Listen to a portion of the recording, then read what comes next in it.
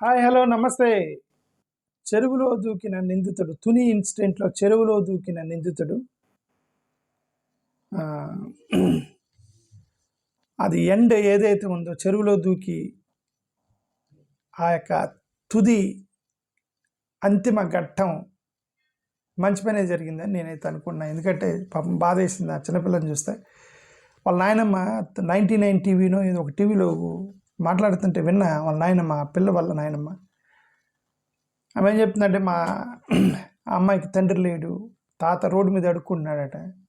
వాళ్ళ అమ్మగారేమికి health బాగాలేదట.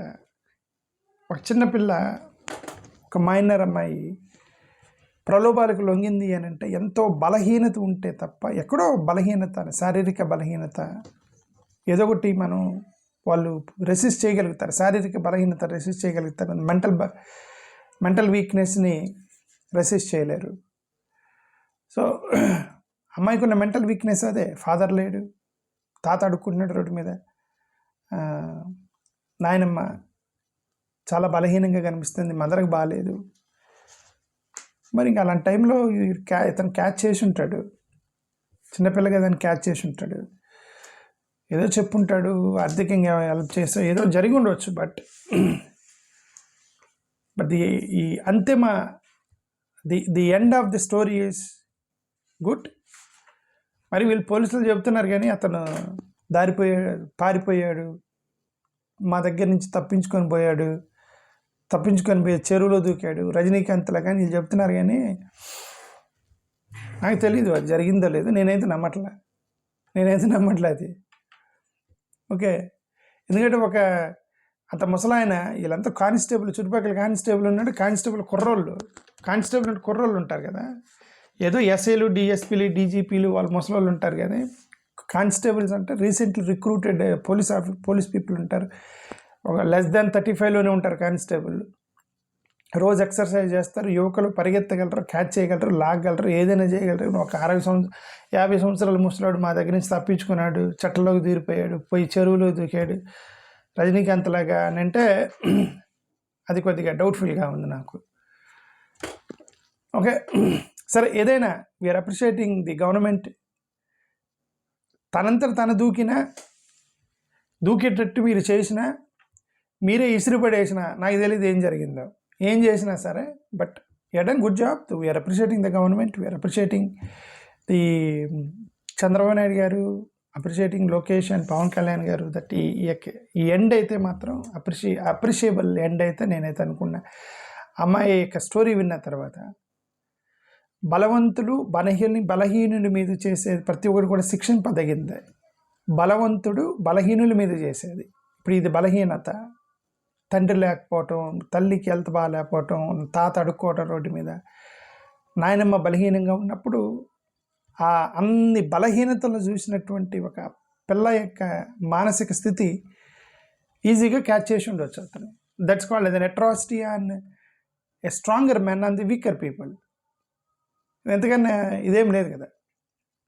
Okay, మొన్న ఇక్కడ జరిగింది కమల్కి కాపుల మధ్య జరిగిన గొడవ. అతను డైరెక్ట్గా అతను stronger men and weaker people, అతను డైరెక్ట్గా అదే అన్నాడు. వాళ్ళ వైఫ్ ప్రెస్ మీట్ పెట్టి చెప్తుంది, వైఫ్ మీరేంటి, మీ క్యాస్ట్ అండి, మీ ఎంత తెలుస్తా ఉన్నారు నన్ను అంటే, మరి stronger man they assume to be strong. వాళ్ళు అనుకుంటారు మేము స్ట్రాంగ్ అని. ఆ stronger man are showing their power అంది. వీకర్ అని అనుకున్న వాళ్ళ మీద చేసేటువంటి అఘాయితం. అంతేగా ఇక్కడ సత్యసాయి జిల్లాలో ఇలాగే ఒక పాప, సత్యసాయి జిల్లా ఒక పాప 16 మంది మీద ఆన్లైన్లో మేము చెక్ చేస్తే 16 మంది మీద కేసు పెట్టారు. 16 మంది ఒక పాప మీద. అది 16 మంది 2 సంవత్సరాలుగా ఆ అమ్మాయిని ఏం చేస్తున్నారంటే, చూడండి, 16 మంది మీద ఈ కేసు పడిందంటే మార్చుకొని 2 సంవత్సరాలుగా ఒక పాపని అన్యాయంగా. వాళ్ళలో చాలామంది బలవంతులు ఉన్నారు. బలవంతులు అంటే ఆ అమ్మాయి ఎస్సీ. వీళ్ళందరూ కేసులు ఎదుర్కొనే 16 మంది ఎస్సీలు కాదు, నాన్ ఎస్సీలు చాలామంది ఉన్నారు. మరి వీళ్ళందరిని అరెస్ట్ చేశారా, లోపల ఉంచారా మనకు తెలియదు. వాళ్ళు ఎక్కడున్నారా, బెయిల్ తీసుకొని బయటికి లాగుతున్నారా, బయట తిరుగుతున్నారా, we don't know that. But వీళ్ళకి ఆ ఎండ్ లేదంటున్నాను. ఎందుకంటే వీళ్ళు బలవంతులు.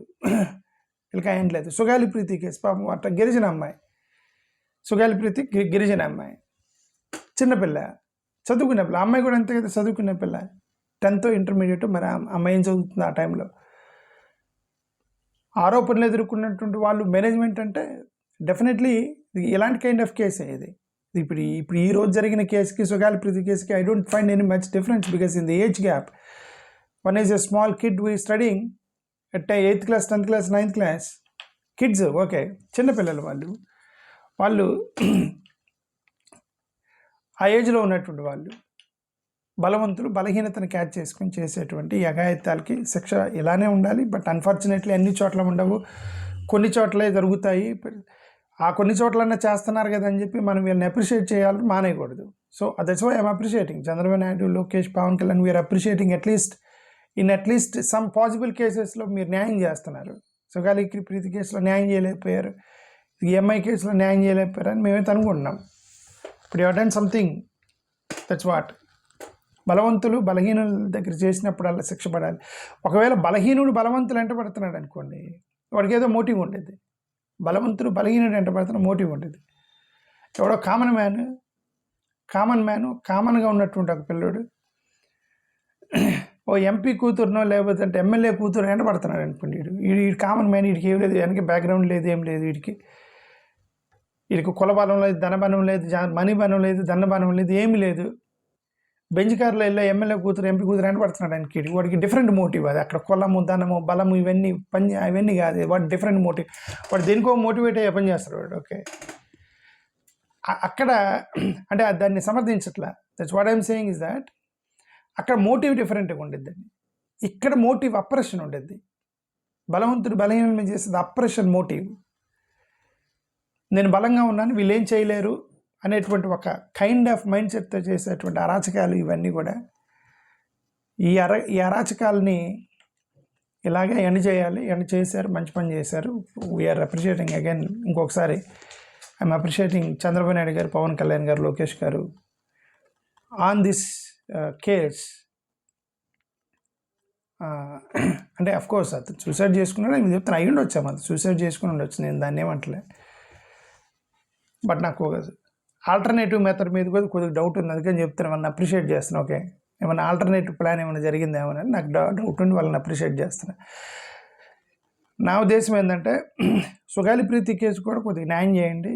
ఈ అమ్మాయి ఈ యొక్క సత్యసాయి జిల్లాలో జరిగినటువంటి విషయంలో కూడా న్యాయం చేయండి. ఎందుకంటే ఇక్కడ బలహీనులు ఇన్వాల్వ్ అయి ఉన్నారు. బలహీనులు ఇన్వాల్వ్ అయినప్పుడు it's highly difficult to get the justice. బలవంతులు ప్రతి చనిపోయిన ముసలాడు ఎస్సీ, అమ్మాయి ఎస్సీ, ఈజీగా మనం ఎగ్జిక్యూట్ చేయగలుగుతాం కొన్ని ఇష్యూస్. బట్ బలవంతుల దగ్గర ఎగ్జిక్యూట్ చేయటం అంటే that's beyond our head, beyond our capacity. ఆ కెపాసిటీ లేనప్పుడు, ఇబ్బందులుగా ఉన్నప్పుడు, అరే ఇది చెయ్యలేడు అన్నప్పుడు చేస్తేనే అప్పుడు మీకు మంచి పేరు వచ్చేది. ప్రభుత్వాలకి ఎప్పుడు మంచి పేరు వచ్చేది. ఒక పెద్ద నాయకుడు, ఒక పోలీస్ ఆఫీసర్ ఎప్పుడు ఫేమస్ అవుతాడంటే డైరెక్ట్గా వెళ్ళి ముఖ్యమంత్రినో, ఎమ్మెల్యేనో, ఎంపీనో అరెస్ట్ చేసిన రోజు పోలీస్ ఆఫీసర్ ఫేమస్ అవుతాడు. ఎందుకంటే ఈ పోలీస్ ఆఫీసర్ ఏదో ఎమ్మెల్యేని అరెస్ట్ చేసిన అంటే, ముఖ్యమంత్రిని అరెస్ట్ చేసిన అంటే అక్కడ ఫేమస్ అవుతాడు అతను. ఓకే, నీ బియాండ్ యువర్ కెపాసిటీ, నీ కెపాసిటీ మించి నువ్వు ధైర్యం చేసినప్పుడు. అలా ప్రభుత్వాలు కూడా ఏంటంటే కొన్ని కేసులని మీరు పట్టుకోవడానికి భయం వేస్తాయి మీకు. ఎందుకంటే అక్కడ ఇన్ఫ్లుయెన్షియల్ పీపుల్ ఉంటారు. అలాంటి దగ్గర మీరు న్యాయం చేసినప్పుడే ప్రభుత్వాలకు పేర్లు వస్తాయి. ఇట్లాంటి దగ్గర ఏముంది, ఒక ఎస్సీ ముసలాడు తీసుకెళ్ళి ఒక వేరే అమ్మాయి వేస్తే తక్కని తీసుకెళ్ళి